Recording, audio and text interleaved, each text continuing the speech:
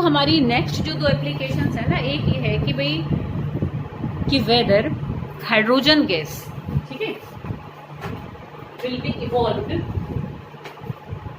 From acid solution when any metal is dipped in it. इसका क्या मतलब है, देखो इसका क्या, इसको देखो हम ऐसे कह सकते हैं कि जैसे कोई मेटल है हमारे पास, ठीक है, और मेटल का हमने एसिड के साथ रिएक्शन कराया, किसी भी मेटल का, जैसे मान लो M मान लो मैं किसी को, और मान लो इसको H2SO4 के साथ हमने इसका रिएक्शन कराया, ठीक है।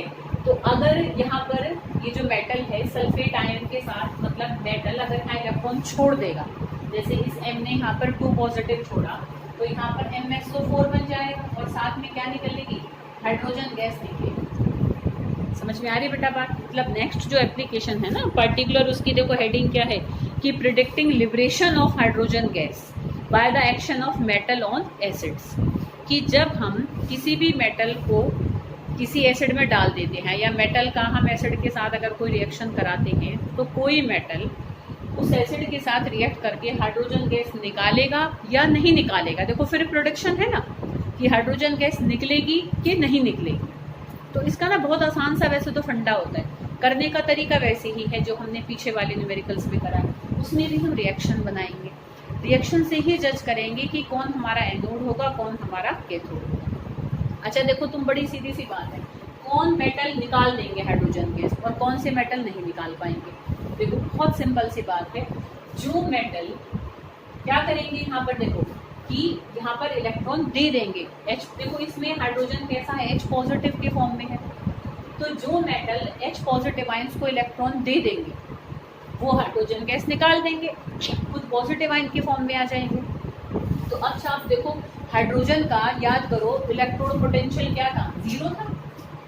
देखो जब हमने स्टैंडर्ड हाइड्रोजन इलेक्ट्रोड किया था, तो किया था ना हमने, इसका इलेक्ट्रोड पोटेंशियल, इसका जो स्टैंडर्ड रिडक्शन पोटेंशियल होता है वो कितना होता है, दैट इज 0।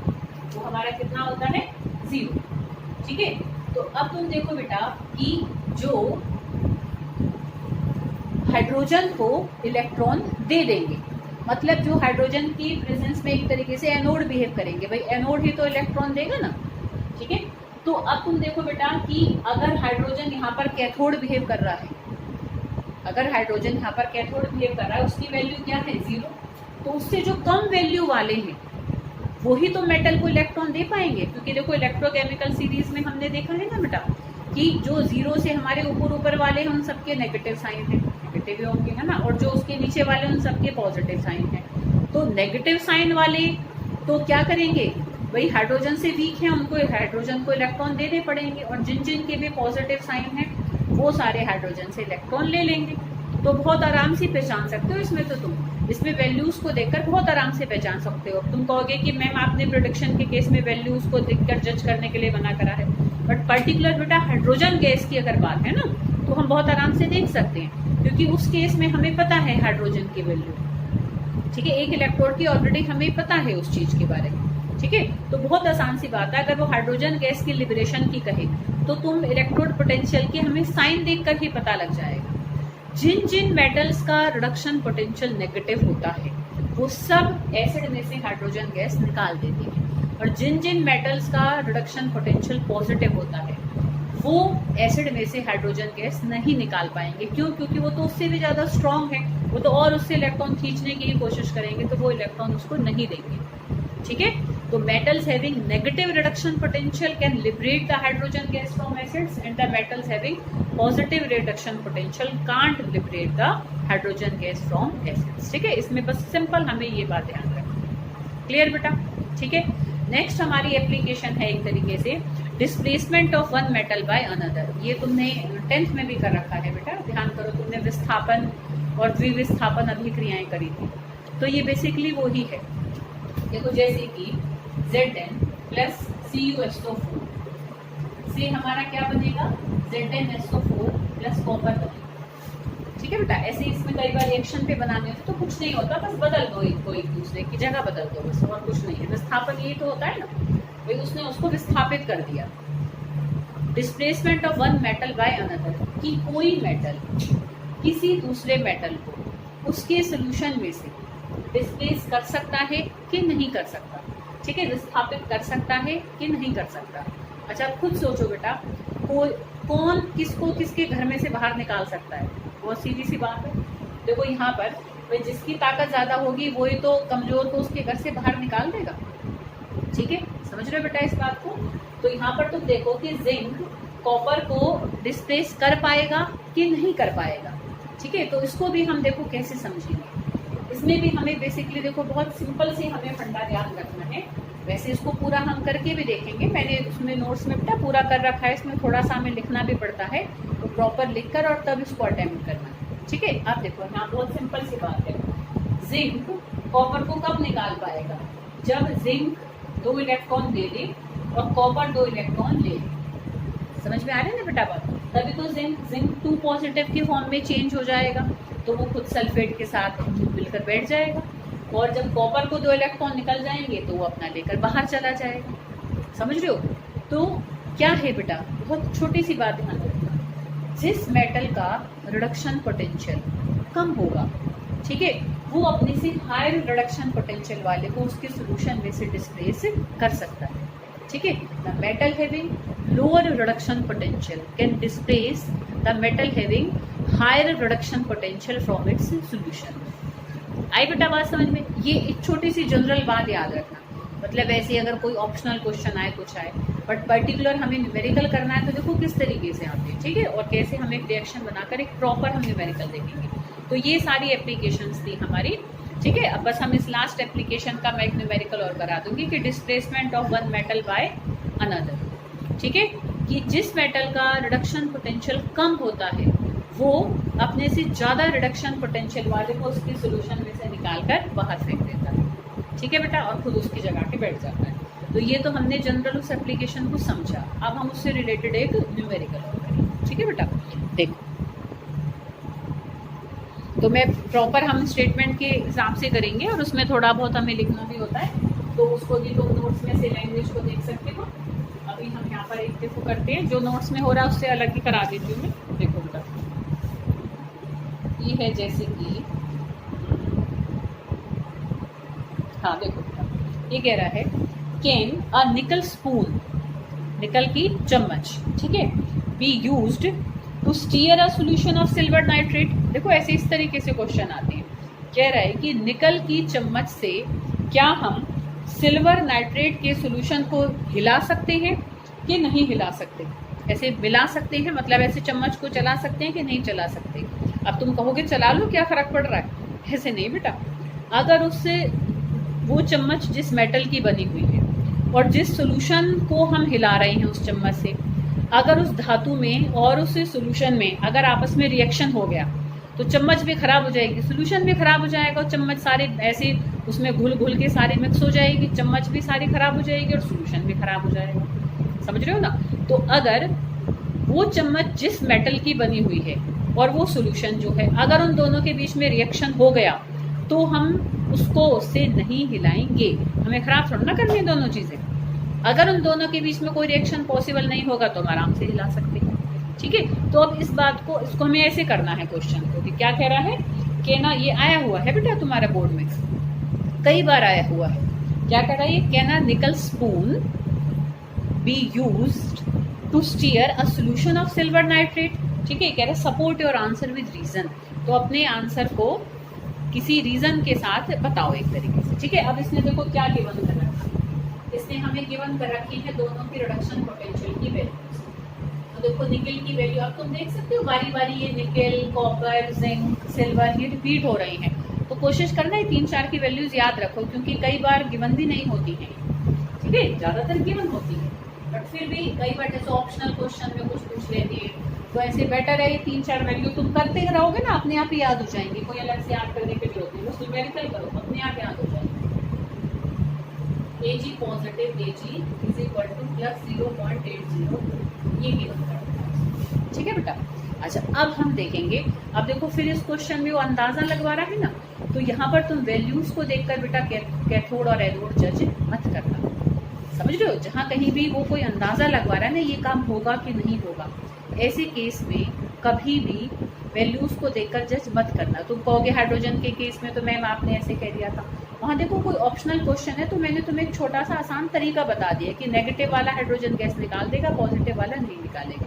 पर वहाँ पर भी अगर क्वेश्चन करना हो, रिएक्शन बनाना हो, तो वहाँ पर भी बेशक तुम रिएक्शन बनाकर ही जज करो, तभी तुम्हारा ज़्यादा बेटर आंसर आएगा। ठीक है बेटा, उसमें जो छोटा वाला होगा एनोड होगा, बड़ा वाला होगा वो कैथोड होगा। बहुत सिंपल सी बात है। ठीक है, ऐसे करके हमें ध्यान रखना है। आई बेटा बात समझ? चलो वो उसको जब करोगे कुछ अटको तो पूछ लेना। अब हम इस पर वापस आएंगे। तो देखो बेटा, यहाँ पर इसने हमें दोनों की वैल्यूज दे रखी है, कोई रिएक्शन नहीं दे रखा। अब हमें यहाँ पर रिएक्शन खुद बनाना है। बहुत आसान होता है रिएक्शन बनाना, बिल्कुल घबराने की जरूरत नहीं है। जो दो चीजें वो कह रहा है ना, वही रिएक्टेंट है। क्या दो चीजें कह रहा है वो? एक तो निकल की चम्मच, तो एक रिएक्टेंट हमारा हो जाएगा निकल प्लस। ठीक है, क्या कह रहा है? Can be use to stir a solution of silver nitrate. तो दूसरा हमारा कंपोनेंट क्या है यहाँ पर? Silver nitrate. तो सिल्वर नाइट्रेट का फॉर्मूला तुम्हें पता ही है, नहीं पता तो पता रखो। ठीक है, तुम्हें सारे कैटायन एनाइंस की मैंने टेबल दे रखी है बेटा, तो वहाँ से बनाना सीखो और ऐसे करते रहोगे तो अपने आप चीजें लर्न हो जाएंगी। ठीक है, तो ये हमारे यहाँ पर क्या है? रिएक्टेंट्स हैं। बस इन्हीं रिएक्टेंट्स को ही हमें चेंज करके क्या बना देना है? प्रोडक्ट बना देना है। भाई ये निकल की चम्मच, सिल्वर नाइट्रेट का सोल्यूशन, ये तो है रिएक्टेंट। अब प्रोडक्ट क्या बनाएंगे? पलट दो बस, यहाँ पर निकल को नाइट्रेट के साथ मिला दो और सिल्वर को बाहर निकाल दो। ये हमने यहाँ पर एक पॉसिबल रिएक्शन बनाया। ठीक है बेटा, अब है ना थोड़ा सा हमें करेक्शन करना है, क्योंकि निकल 2 पॉजिटिव के बनाता है और नाइट्रेट के ऊपर क्या होता है? एक नेगेटिव चार्ज होता है। जिनको ऐसे फॉर्मूला बनाना आता है उनको ये बात पता होगी। तो अब अगर नाइट्रेट हमारा एक है और निकल के ऊपर 2 पॉजिटिव है, तो नाइट्रेट फिर हम कितने लेंगे? यहाँ 2, तब हमारा एक कंप्लीट फॉर्मूला बनेगा। अब नाइट्रेट अगर यहाँ 2 हो जाएंगे तो यहाँ भी हमें आगे 2 करना पड़ेगा। सिल्वर इधर 2 हो गए तो उधर भी 2 करना पड़ेगा, है ना। हम ये कोशिश करें कि हम एक बैलेंस्ड सेल रिएक्शन बनाएं, वो एक तरीके से करेक्ट आंसर है। फिर भी मान लो किसी को कोई दिक्कत है तो बस कोई बात नहीं, तुम ऐसे बदल दो। क्वेश्चन हमारा जब भी सॉल्व हो जाएगा तुम सीधा सीधा बदल दो, बेशक ये तुमको मत लिखो अगर तुम्हें कोई ऐसी प्रॉब्लम आती है। ठीक है, जो कर सकता है करे, जो एकदम फाइन कर सकता है करे, नहीं तो मतलब something is better than nothing. तो कुछ भी नहीं करोगे, खाली से डर के छोड़ दोगे तो बिल्कुल ही मार्क्स चले जाएंगे। ठीक है ना, तो जितना हम करें उतना हमें अटेम्प्ट कंप्लीट करने की पूरी ट्राई करनी चाहिए। ठीक है, तो ऐसे ही ये हमने सेल रिएक्शन बनाया। तो यहाँ पर उससे पहले हमें बनाने से पहले एक लाइन लिखनी पड़ेगी, है ना। ऐसे प्रॉपर तुम्हें लैंग्वेज मिलेगी नोट्स में। तो हम इसको जब सॉल्व करेंगे ऐसे सोल्यूशन लेकर बेटा, और पहले एक सेंटेंस लिखना, व्हेन वी स्टीयर, थोड़ा साफ साफ लिख देती हूँ मैं, तुम्हें इसके लिख के भेज दूँ कि when we stir silver nitrate solution with nickel spoon, then following reaction can occur। तो ये रिएक्शन हो सकता है। अब हम भी अंदाजा लगा रहे हैं, हमें नहीं पता होगा नहीं होगा, अभी हम फाइंड आउट करेंगे कि जब हम सिल्वर नाइट्रेट के सोल्यूशन को निकल की चम्मच से लाते हैं तो ये रिएक्शन हो सकता है। भाई 2 चीजें हैं, बदल जाएंगे एक दूसरे से, भाई ये तो हो सकता है, अब होगा कि नहीं होगा निकालेंगे अभी। तो अब हम इसको निकालने के लिए इसकी निकालेंगे E naught cell. E naught cell कैसे निकालेंगे? E naught cathode minus E naught N. Simple, छोटे वाला एनोड, बड़े वाला कैथोड। ऐसे क्लियर, अपना जल्दी से करके अपना काम खाली करो। कैथोड हमारा कौन है? फिर इसका मतलब सिल्वर। सिल्वर की वैल्यू कितनी दे रखी है? प्लस 0.8। एनोड हमारा कौन सा है? निकल। निकल की कितनी दे रखी है? माइनस 0.25। ठीक है बेटा, आ रही है बात समझ में? तो देखो इसमें हमारा एक तरीके से क्या हो जाएगा, अब ये जो इसमें यहाँ पर इसने वैल्यूज हमें गिवन कर रखी है। ठीक है बेटा, तो ये वाला जो क्वेश्चन है इसमें क्या है, एक तरीके से यहाँ पर एक प्रेडिक्शन है कि हम ये काम कर सकते हैं कि नहीं कर सकते। अब हमने यहाँ पर इसकी क्या निकाली है कि ये जो है हमारा, तुम यहाँ देख सकते हो कि यहाँ पर ये कैथोड हमारा कौन है? सिल्वर। इसकी कितनी वैल्यू है? 0.80। और एनोड हमारा कौन है? निकल। ठीक है, तो यहाँ देखो एक माइनस माइनस प्लस हो जाएगा, तो यहाँ वैल्यू हमारी कैसी आएगी? पॉजिटिव आएगी। ठीक है, कितनी आएगी, ये भी देखो तुम अपना यहाँ आराम से देख सकते हो हमारे यहाँ, ठीक है ना, कि ये 0.80 और ये 0.25, ठीक है। तो ये कितनी आ जाएगी हमारी, ये प्लस 1.05 वोल्ट आई। तो देखो कैसा साइन आया, प्लस का। यहाँ मतलब वो तुमसे वैल्यू नहीं पूछ रहा, वो सिंपल ये पूछ रहा है कि भाई बताओ हम हिला सकते हैं कि नहीं हिला सकते। अब तुम देखो वैल्यू आ गई पॉजिटिव, पॉजिटिव मतलब ये रिएक्शन हो जाएगा, this is a possible reaction because it's E naught cell comes out positive. तो जिनकी भी ईएमएफ पॉजिटिव आती है वो रिएक्शन कैसे होते हैं, दे आर स्पॉन्टेनियस रिएक्शन, ठीक है। तो हम यहाँ पर लिखेंगे as E naught cell for this reaction comes out positive, so this reaction occurs। पहले हमने क्या लिखा, कैन अकर, हो सकता है। अब हम लिखेंगे अकर्स कि हो जाएगा, तो होगा ये तो, ठीक है। So we can't stir silver nitrate solution with help of nickel spoon, ठीक है। ये हमारा आंसर। और इतना बड़ा नहीं लिख सकते तो कोई दिक्कत नहीं है, ऐसे घबराने वाली बात नहीं कि मैम हमसे लैंग्वेज ना पहले बनेगी ना बाद में, कोई दिक्कत नहीं है। रिएक्शन को बना दोगे, ई नॉट सेल तो निकाल दोगे। अगर वो पॉजिटिव आएगी तो लिख देना नो, और अगर आएगी नेगेटिव तो लिख देना यस, तब भी तुम्हारा काम चलेगा, है ना।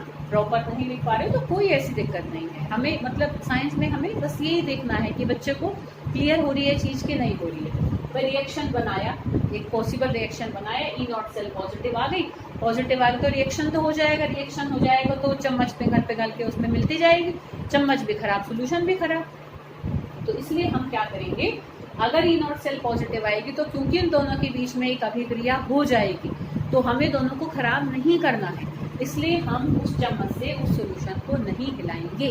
अगर नेगेटिव आएगी तो हम लिखेंगे कि as E naught cell for this reaction comes out negative, so this reaction can't occur, ठीक है। So we can stir that solution with that particular spoon, जिससे भी क्वेश्चन आए, ठीक है बेटा। रीजन भी लिख with the help of nickel spoon, या रीजन भी लिख सकते हो बिकॉज बोथ गेट स्पॉइल्ड, क्योंकि दोनों ऐसे करने से खराब हो जाएंगे, ठीक है। और प्रॉपर लिख सकते हो, नहीं तो सिंपल कुछ नहीं करना है, रिएक्शन को लिखो, वैल्यू को निकालो, पॉजिटिव आ रही तो लिख दो नो, नेगेटिव आ रही तो लिख दो यस। अगर वो ये पूछे इस चीज को हम इस सॉल्यूशन को इस बर्तन में रख सकते हैं कि नहीं रख सकते, इस चम्मच से इसको हिला सकते हैं कि नहीं, चम्मच की जगह स्पैचुला वर्ड भी यूज कर लेते हैं। स्पैचुला से तो तुम सबने खूब काम कर रखा है बेटा 11th में जब हमने क्रिस्टल्स बनाए थे, ठीक है। तो can nickel spatula be use to stir a silver nitrate solution or not, वो ऐसे भी कह सकता है, ठीक है बेटा। आ रही है बात समझ में। तो this is all about the electrochemical series, और जो इलेक्ट्रोड पोटेंशियल करा हमने, ईएमएफ करा, ठीक है, तो वो सारा हमारा एक तरीके से इसमें समअप हो जाता है इन इलेक्ट्रोकेमिकल सीरीज के एप्लीकेशंस, ठीक है।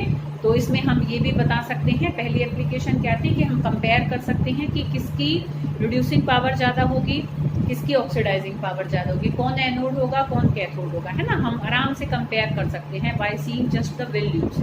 हायर वैल्यू वाला कैथोड होगा, लोअर वैल्यू वाला एनोड, ठीक है। फिर हमने ईएमएफ निकाली थी, उसमें भी बड़ी वैल्यू वाला कैथोड, छोटी वैल्यू वाला एनोड करके हमने सिंपल ईएमएफ निकाल ली थी। फिर हमने लास्ट की 3 एप्लीकेशंस करी हैं प्रोडक्शन वाली, ये हो सकता है कि नहीं हो सकता। उन वाले केसेस में हम रिएक्शन को देखकर एनोड कैथोड को जज करेंगे, ई नॉट सेल को निकालेंगे। अगर पॉजिटिव आएगा तो रिएक्शन हो जाएगा, अगर नेगेटिव आएगा तो रिएक्शन नहीं होगा। स्टोरेज की पूछे इससे, ये हिला सकते नहीं हिला सकते, चला सकते नहीं चला सकते, तो पॉजिटिव आएगा तो लिख देना नो, नेगेटिव आ जाएगा तो हम यस से आंसर करेंगे। क्लियर।